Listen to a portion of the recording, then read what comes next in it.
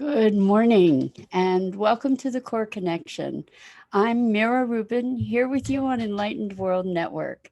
And today's topic is peace. But before we get started, let's take a moment to get present. Let's take a deep breath in through your nose.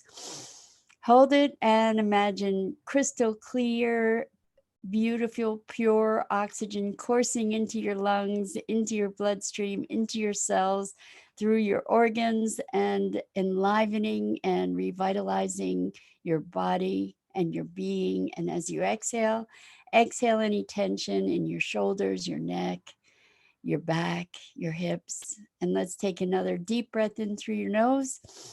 Hold it. And now imagine sparkling white light just coursing through the molecules in your whole body and beyond, connecting you with the universe. And now let's just gently press our palms together, really softly.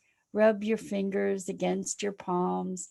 Feel the tingling and the tickling in your fingers and the tickling in your palms and how delicious that is.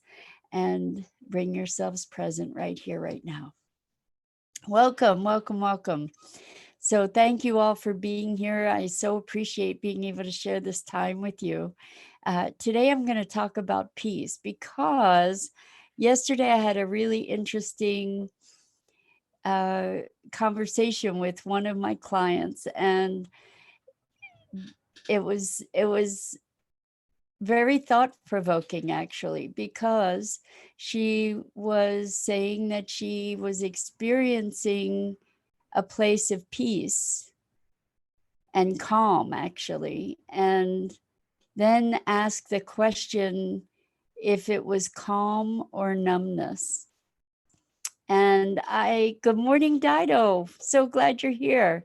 We're talking about peace this morning. And I had an encounter with a client where they were experiencing the calmness. And then they questioned whether this calmness was actually a numbness. And it led me to start thinking about what is a sense of peace? What is a feeling of calm or tranquility or serenity? And what differentiates it from numbness? And I think I'm excited to talk about this with you guys. I'm wondering if you make a distinction, like how do you know that you're calm versus that you're numb? Because when you're not used to being calm, when you're used to being in a state of anxiety or upset, when there's a calm, it's maybe a lack of stimulation. Maybe there's a quietude about it that is not stimulating and therefore could feel like numbness. And as I think further about it, I wonder if love is part of the presence of peace and the experience of peace, like a connection, an interconnection to oneself, to one's inner vitality and presence and joy. I'm not sure that peacefulness necessarily connects with the experience of joy or even a conscious awareness of love. I'm wondering what you guys think. It's such an interesting inquiry to me because here's somebody who has had a lot of deep emotional experience, deep emotional disruption, often a lot of emotional pain. And here, when there was a sense of calm, it was kind of like, wow, what do I do with this? I'm waiting for it to pass. I'm afraid it's going to pass. I'm afraid it won't stay. There were conversations overlaid with this sense of peace or calm that that had some anxiety to it, and also just questioning, what is this? And it made me think about how we create drama in our lives. And I'm wondering if drama is its own payoff, in that it allows us to feel stuff, to feel anxiety, to feel exhilaration, to feel excitement, to feel anger, to feel jealousy, to feel resentment, to feel joy, to feel, to feel. So I'm wondering what your thoughts are on this. Share with me, to see if there have been situations where life has been going great and things have been calm and you've been peaceful, and you find yourself creating a circumstance with drama, or creating drama just for the uh, adrenaline hit, or just for the change of pace, because the peacefulness, maybe you found it after a point to be boring. And I'm wondering how all this fits together, because so many of us say we just want some peace, we would just want some peace and quiet. And with COVID, we've had an opportunity to quiet a lot of the pace of our day, of our lives, in many situations. Lots of us are busier than we used to be before COVID, but we've had more opportunity, perhaps, to cultivate some of this inner quiet, and potentially some inner peace. And with the lessened frenzy of the world, and less to go and do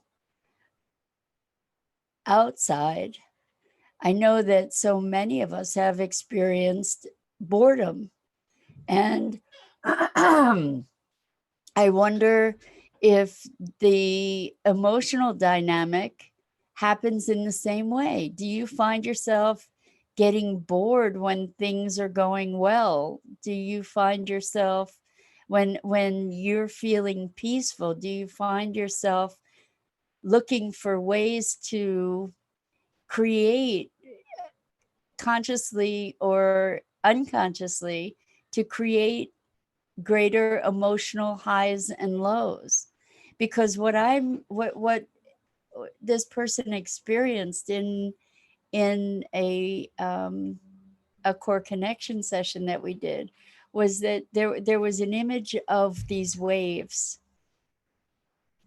and there was anxiety and upset when those waves were there. And as they were observing the waves became less and less, and smoother and smoother. And that was what they were identifying as calm. And I think that that's actually the case when we experience calm or peacefulness in our lives. Then it is a lack of, or a reduction of, the highs and the lows, and evening out of the highs and the lows. And when we talk about balance, we're talking about an easing of the differential between the highs and the lows, bringing things more to a constancy. So please give me some feedback here. I'm curious about whether you experience the calm in your life, and if it's something that can generate boredom, if you've ever had an experience where life has been so calm that it just started making you crazy. And you hear about kids say, I'm going to go get into some trouble, I'm going to go look for some trouble. Why would we do that? Why would we create disruption? And I'm inclined to think that the feeling of feeling alive is tied in many respects to the highs and the lows. Now, if we were able to find a place of peacefulness, that where we were really truly connected to presence, then that's a whole different story, I think. If we could find a place of peacefulness where we connect to the beauty and the magic of life, and our lives in particular, and the surroundings that we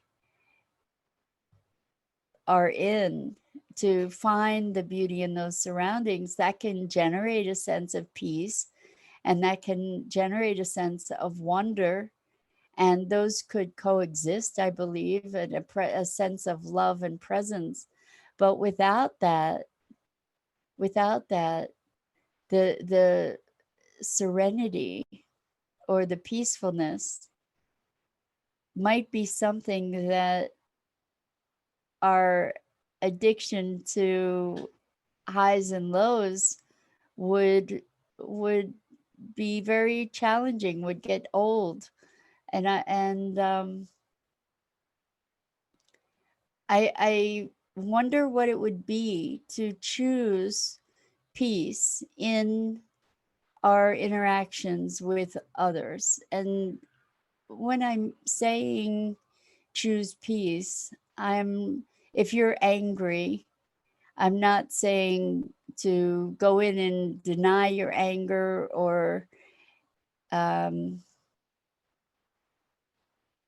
resist it, but I'm wondering where the vantage point is that we could make a transition, that we could shift our consciousness, our awareness from that anger to a desire and a commitment to peace, like to remembering that we have that place of peace and connection and love available to us in those moments. Or do we enjoy the highs of that moment?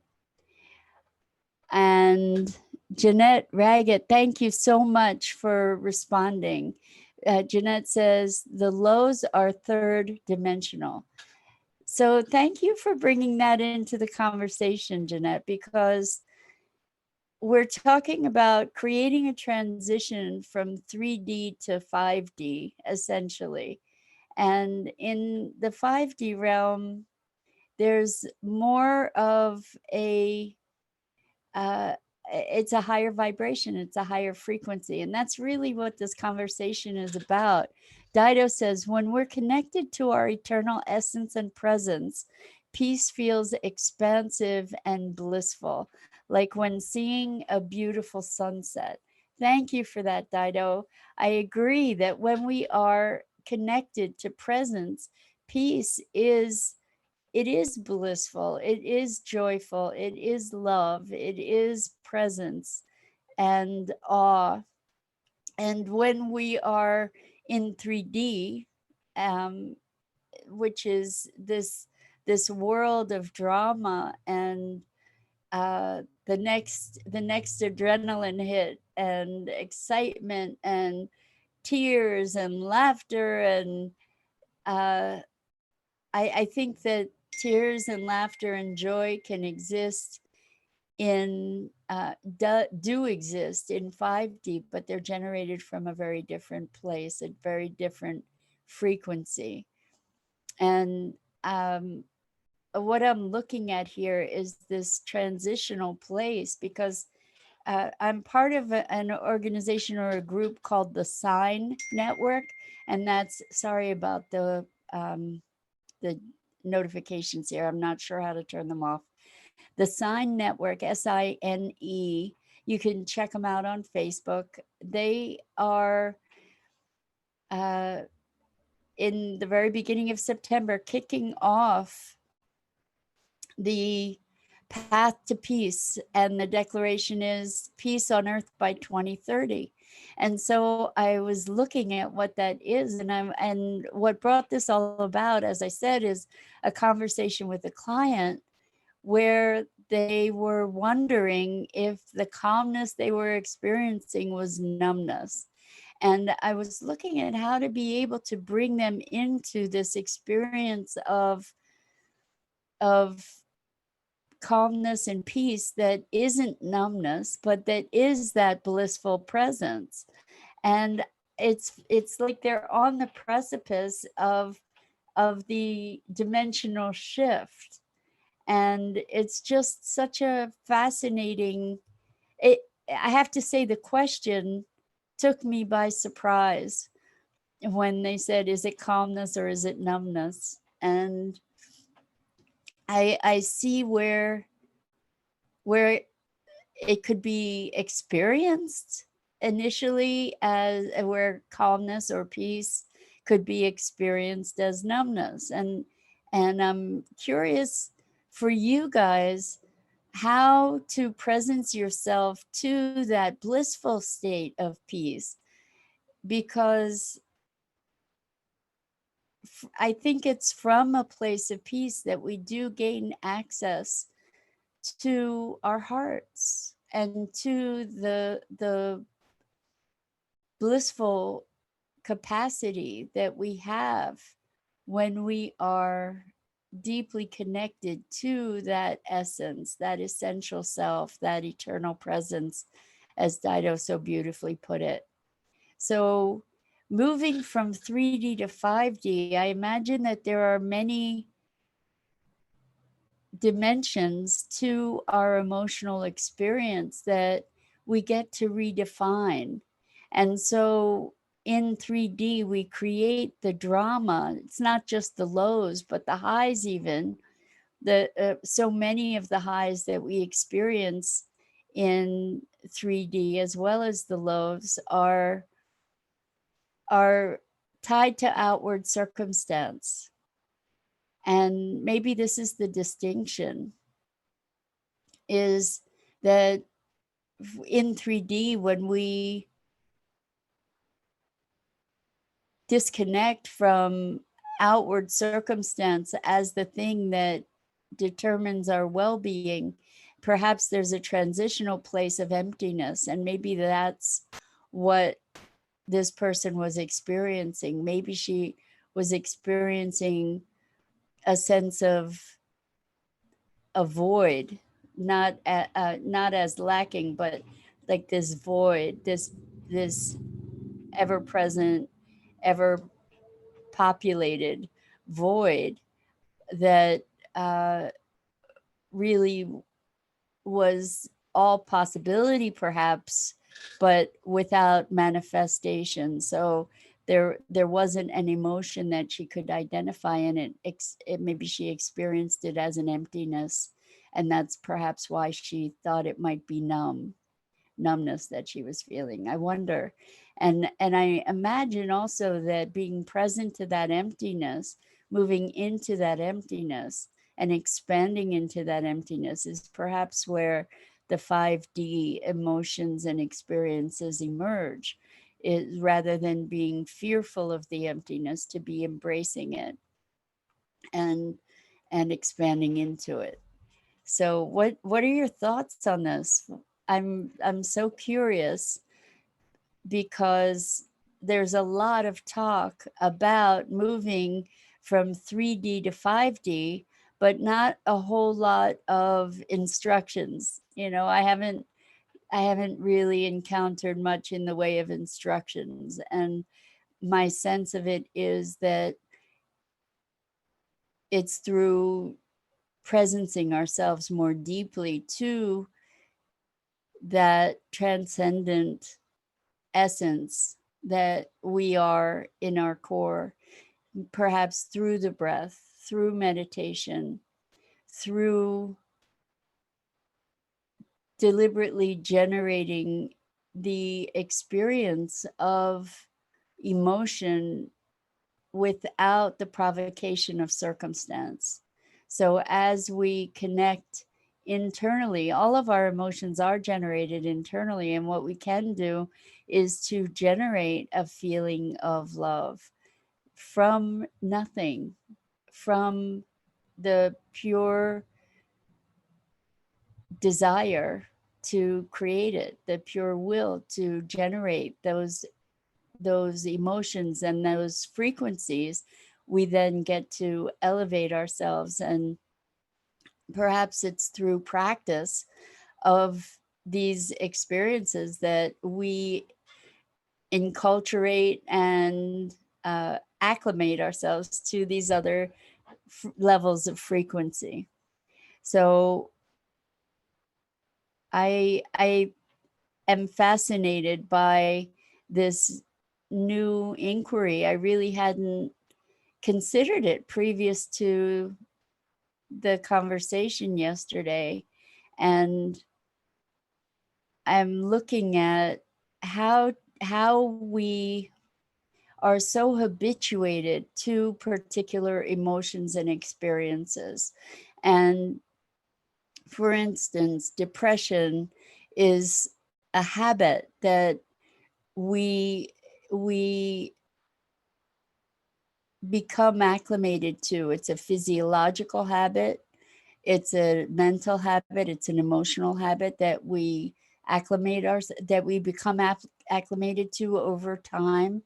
um, I know it was a habit and a pattern that I was very much at the effect of for very much of my life. And then when all of a sudden that, if it were to disappear, then the question is, who am I? What am I? How am I to function? Dido says, during high stress, we can go to fight, flight, or freeze as automatic responses. The freeze is like numbing and feels, at least to me, like those times during an accident when time slows right down, like slow mo. But then after the crisis, I've felt really drained. Interesting. So in the freeze state is when um, you're saying the freeze is like numbing, and when time slows down in an accident, for instance. Well, interesting, because when time slows down, that's a heightened sense of presence. That's a heightened awareness that we rarely have access to. And I think it's really interesting that you're correlating that with the freeze state, because or with numbing, because maybe there's a detachment.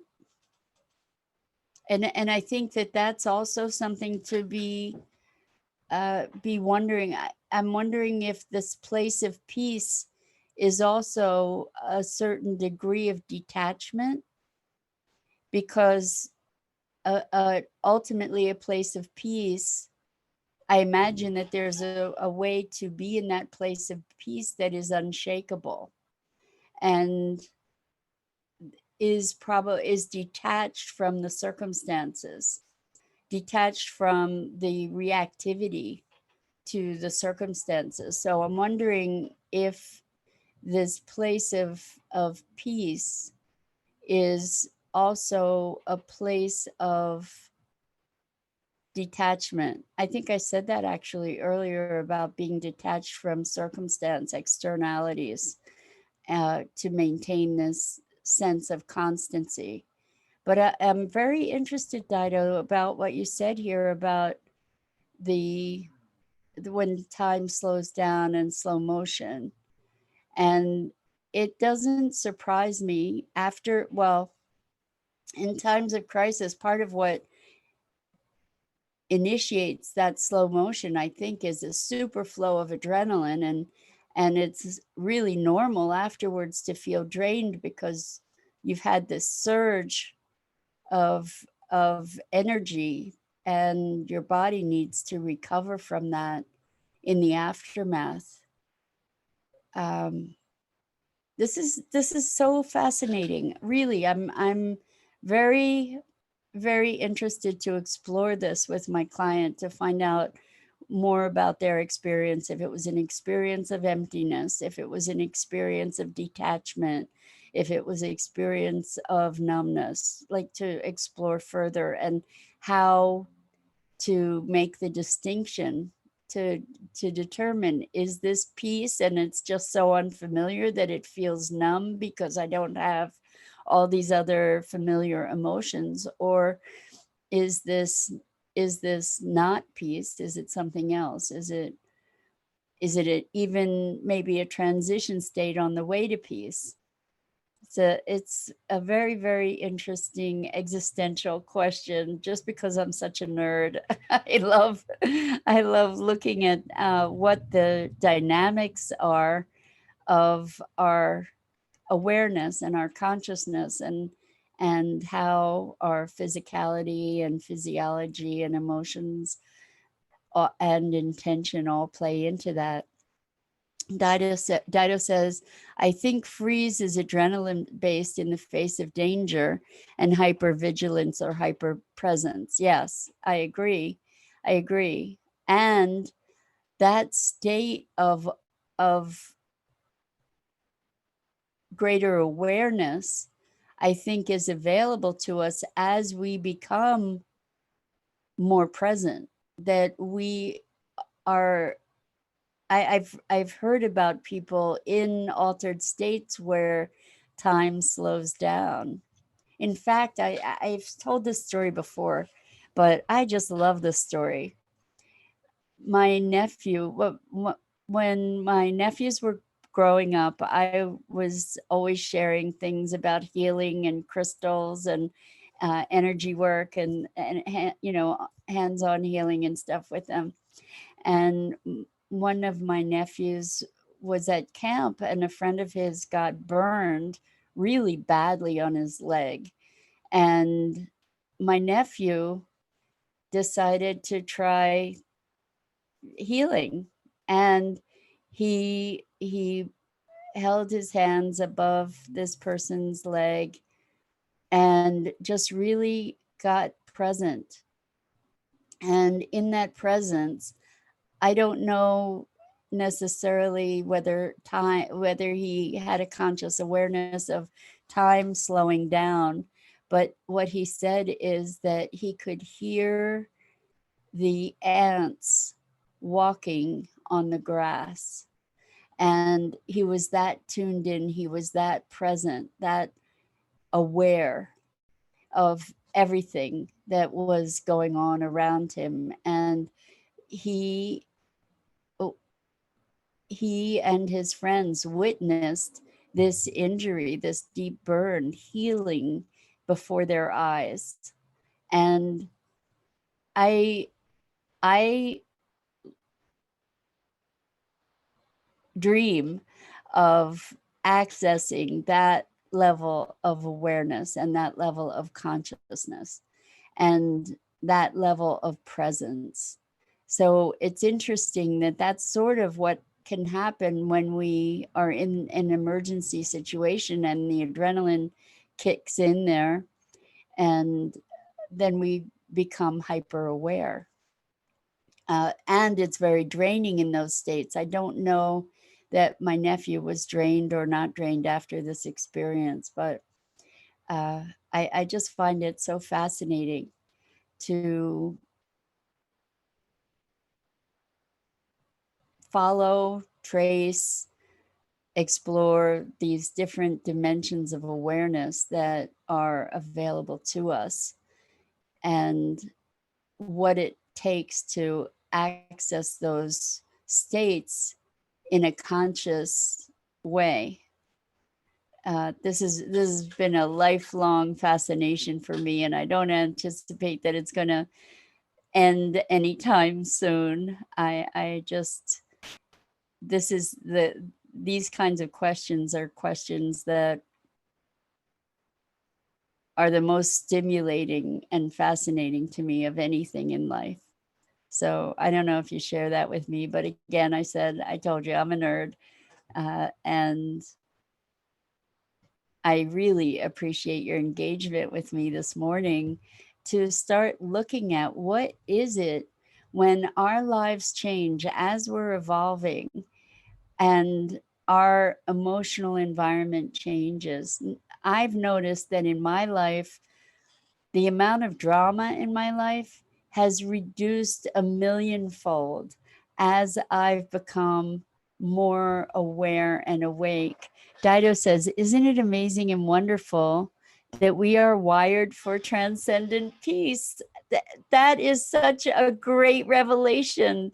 It's such a wonderful thing for people to know about ourselves, that we are wired for transcendent peace and we have the capacity for it. And it's just a matter of untangling the wires, I think, that keep us separate from it. And what I notice is that as we elevate our awareness and our consciousness, the drama reduces in our lives profoundly. And as we go back to what we were talking about before, the waves become ripples and more gentle and more peaceful as an overall theme. So, anyway, I want to say thank you so much for engaging in this conversation with me. It's been, I've enjoyed it. I hope you have too.